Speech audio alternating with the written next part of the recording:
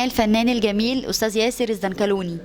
أهلا بحضرتك يا فندم. اهلا وسهلا بيك. اهلا بيك. معاك ولاء عرابي من قناة ميديا سينما. اهلا وسهلا. أول عمل لحضرتك في المسلسل في رمضان هيتعرض رمضان اللي جاي ان شاء الله. إن شاء الله. في مسلسل السجل الاسود مع الفنان خالد سليم والفنانه مي سليم. تمام، كلمنا عن الدور بتاع حضرتك. لا ما اقدرش اتكلم عن الادوار طبعا طب يعني. الدور هل هو برضو شر ولا مختلف؟ لا مختلف. طب تمام، حلو قوي. طيب كلمنا عن الدور في المسلسل الجديد المخرج حسن. عامل دور شخصيه مهندس، وفي سويتش كده بيحصل في الاحداث، تمام. فهو ضيف شرف ودور كويس لطيف يعني الحمد لله. الأعمال التي بتعرض حاليا لحضرتك؟ عندي مسلسل بطولة ده بيتعرض في السعودية دلوقتي اسمه لغز بابل. ده الحمد لله عامل ترند أول هناك. تمام. وفي فيلم السرب هينزل سينما قريب إن شاء الله. طيب ايه الادوار اللي حضرتك عملتها وحسيت ان حضرتك ما حققتش النجاح يعني المتوقع؟ لا الحمد لله معظم الادوار اللي عملتها نجحت بشكل كويس. فالحمد لله دي الواحد بيجتهد وبيعمل اللي عليه طيب المسرح ولا الدراما اللي حضرتك ايه اكتر حاجه بتحبها؟ لا هو الفن كله حلقة واحدة يعني، سواء مسرح أو إذاعة أو تلفزيون أو سينما.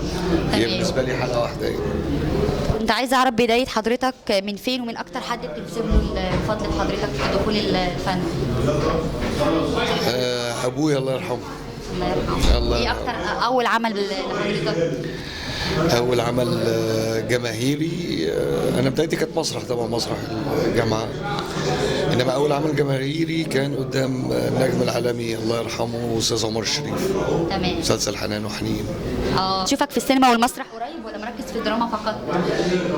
لا ما أنا قلت لك ليا فيلم نازل قريب إن شاء الله، وأنا كل سنتين بعمل مسرحية الحمد لله. طيب الدور متنوع ولا؟ لا أدوار متنوعة الحمد لله، أنا دايما ببقى حريص على ده جدا يعني. الحمد لله. كلمني عن دورك في المسلسل اللي هو شركة المرعبين. شخصية مهندس، وبدايته حاجة ونهاية الأحداث حاجة تانية، والشخصية بتحمل كتير من المفاجآت يعني. نوع ولا هو؟ طبعا ممثل يعمل أي حاجة يعني، وأنا عملت مسلسلات كوميدي قبل كده. عملت مسلسل هربانة منها مع ياسمين عبد العزيز. حلوة قوي فعلا. طبعا فإن شاء الله. بالنسبة للمنصات اللي هي زي شاهد، المنصات هل بتحسس انها هي اضافت فعلا حاجة جديدة للسوشيال ميديا والقنوات؟ يعني هل بتلغي القنوات اللي احنا نتفرج عليها بعد كده؟ هي اضافت للدراما طبعا، هي بقت المسلسلات مش كلها 30 حلقة، بقى في مسلسلات بتواكب ايقاع العصر الحديث اللي هي ال7 حلقات. طبعا فهي اضافت طبعا.